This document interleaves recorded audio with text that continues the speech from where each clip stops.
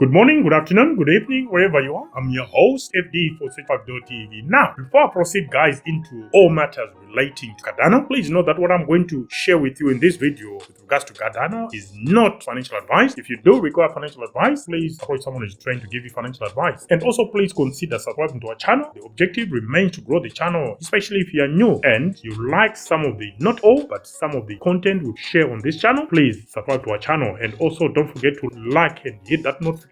Now, if you are from the UK, you should not be watching this video because the UK authorities prevent you from watching crypto-related videos and content as they deem crypto assets to be an extremely risky asset class. Therefore, you should not be investing in case you end up losing all your funds. That said, let's jump back into all matters Cardano. And in this one, you could call it an open letter to the Cardano ecosystem, community, or whatever you want to call it. I'm just going to call it my Cardano rant. Positive or negative, it's just going to be that. So if you are in the Cardano community or part of the Cardano community, or you follow Cardano and its coin ADA, then what I'm about to share with you guys in this video should not come as a surprise to you. I've got a confession to make though before I start. I do hold the native coin, which is ADA, and a number of the Cardano native coins. Some have been explosive while others have been bombed or just been mute. But do I regret my choices with regards to my Cardano position? Not a chance. However, in this video, I'm going to share with you why Cardano is losing steam against its rivals and what I believe should happen from all sorts of corners within this dynamic ecosystem or community. And mind you, only this week Cardano lost its position. I think it was 9th on CoinMarketCap. I think on CoinGecko it's actually out of the top 10. I don't know how the numbers work, but some are including Ethereum staking in terms of their ranking, which doesn't make any sense. But there you go. So where do I start? Okay, I'll start with some of the most promising Cardano native tokens, or as they are otherwise known, CNTs, or what an acronym. We've got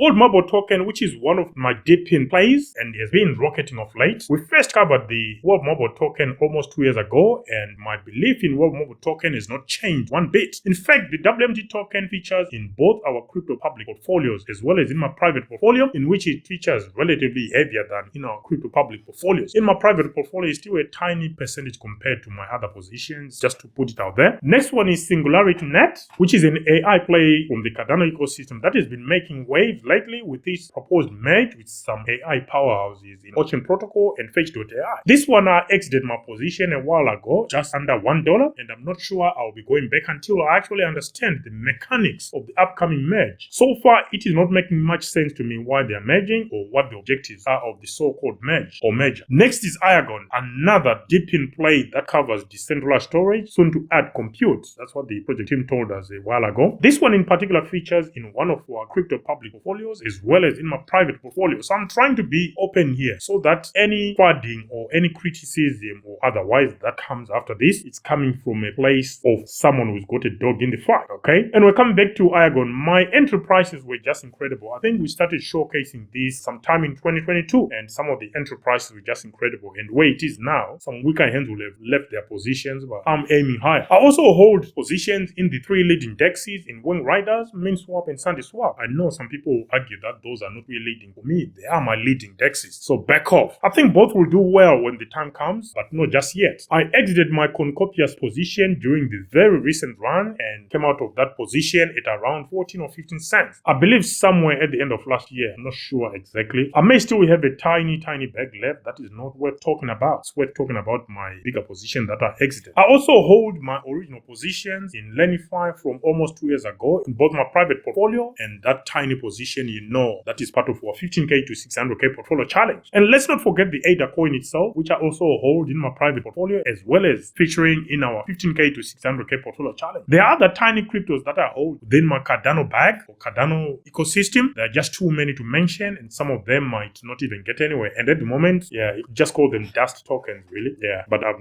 not sold anything at all. Still have them. Now, that is my confession, if you like, but let's get to some of the hard to swallow stuff, if you like. First, I believe the Cardano blockchain is reasonably decentralized, and for good reason too. Thousands in validators. So anyone can develop on top of the Cardano blockchain. It is also one of a few blockchains to integrate on-chain voting, and I think there are now some collaboration with some US states that want to integrate or use some of Cardano's voting technology. I don't know how that will pan out. With the much talked about GitHub commits and developer activity that is high up there with the most active chains, one has to ask the question, are the commits and any developer activity actually on things people want to use? It is one thing, having all these developers working on so many things, this many GitHub commits and so forth. But if people are not willing to use those products or invest in them, what is the purpose? One might ask. Which is it for these Cardano developers? I should also add that there needs to be a pivot from the developer community to shift focus away from DeFi product defined by Ponzinomics, just Ponzi's. There are currently some projects on Cardano with very, very tiny circulating supplies, and straight away from there, you know this project is just after bumping its token, and maybe the project founders and team members sell, and that's it. That's all they want. They're waiting for their huge payday. To me, that is a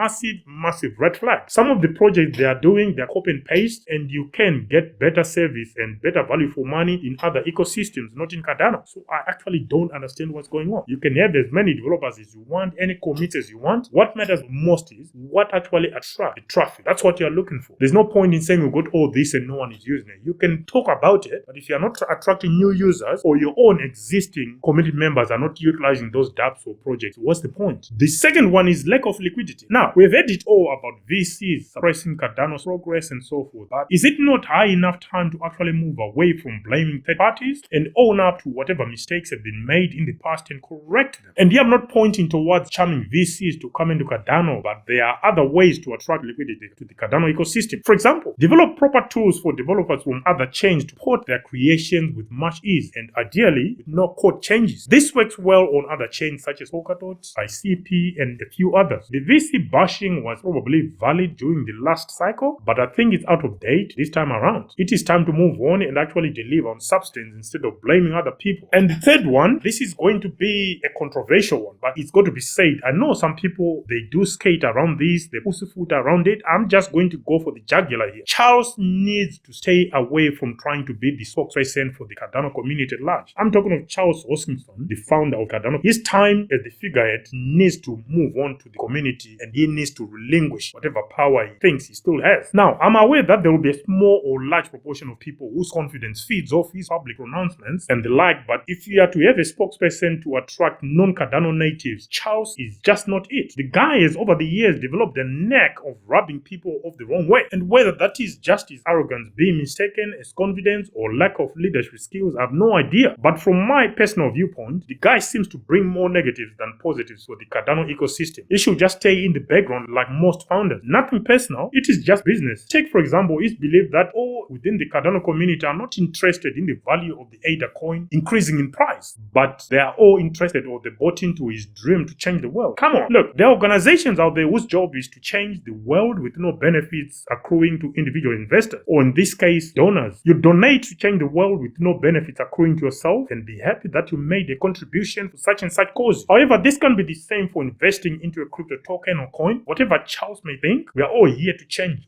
with the world, not to change the world, to change with the world that we're building and make money while doing so. Charles can afford to say that he is not interested in the price appreciation, of course, but will he be happy to donate his ADA to the Cardano community since the price appreciation isn't what interests him at all? Let's test that theory. Let him airdrop all his tokens to the rest of the Cardano community to see if that will play well within his beliefs. I can't for the love of me recall how many times he said this, and yet he maintains he runs a global business. He said he actually has 6 the other day. Did this entity, that is IOHK or whatever they call it now, not receive a humongous amount of ADA when the ADA coin launched all those years ago? And if those ADA coins been sold off at a profit at any point in time, or some of them, not all of them, but some? Or could it be that he's already made his millions and his focus is now changed as a result? If that is the case for him, that remains a distant objective for the rest of the Cardano community. I'm just saying, guys, some things have got to be said. Moving on to the fourth one. In my opinion, I think there are a lot of missed opportunities, especially when we had Project Catalyst within the Cardano ecosystem in its old guise. A lot of scammers made money from Project Catalyst with no single line of code generated or no work done for whatever funding some of these applicants got or received. I remember at the time people were still touting Cardano's Project Catalyst as the shining beacon of fundraising and how to sustain a crypto project. Now, there may have been some success stories along the way, but most funds got squandered along the way. I'm sure a lot of people, they got away with murder. And finally, no, you're not special above everyone else. I'm talking to you now, Cardano ecosystem or Cardano community member. You are not special, just like no other individual within the crypto industry is more special than the other one. And I'm also referring to Bitcoin maxis. Being a member of the Cardano community does not shield you from criticism, and neither should it. If the Cardano blockchain is as strong and as promising as people say it is and will be in the future, then criticism should come in as some sort of badge of honor to wear with huge pride, knowing very well that one day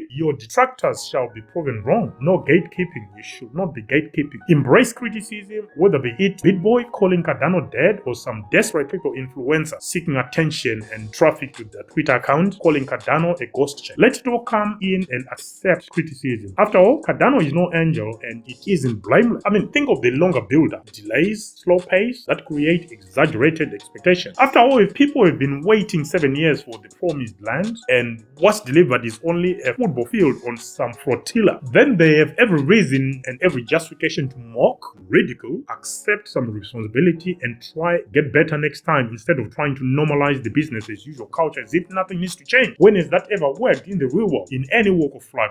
Look around you. Look at the likes of Polkadot, Cosmos, Near Protocol, Avalanche, Ethereum, and even Solana. They're all pivoting in one way or another simply because those with power to change things within those ecosystems have reflected on their chain's performances and realized that something really needs to change, and changing they are. Tell me, what's so special about Cardano that cannot do the same? Comments on a postcard. SUNDAE.tv signing. I'm out.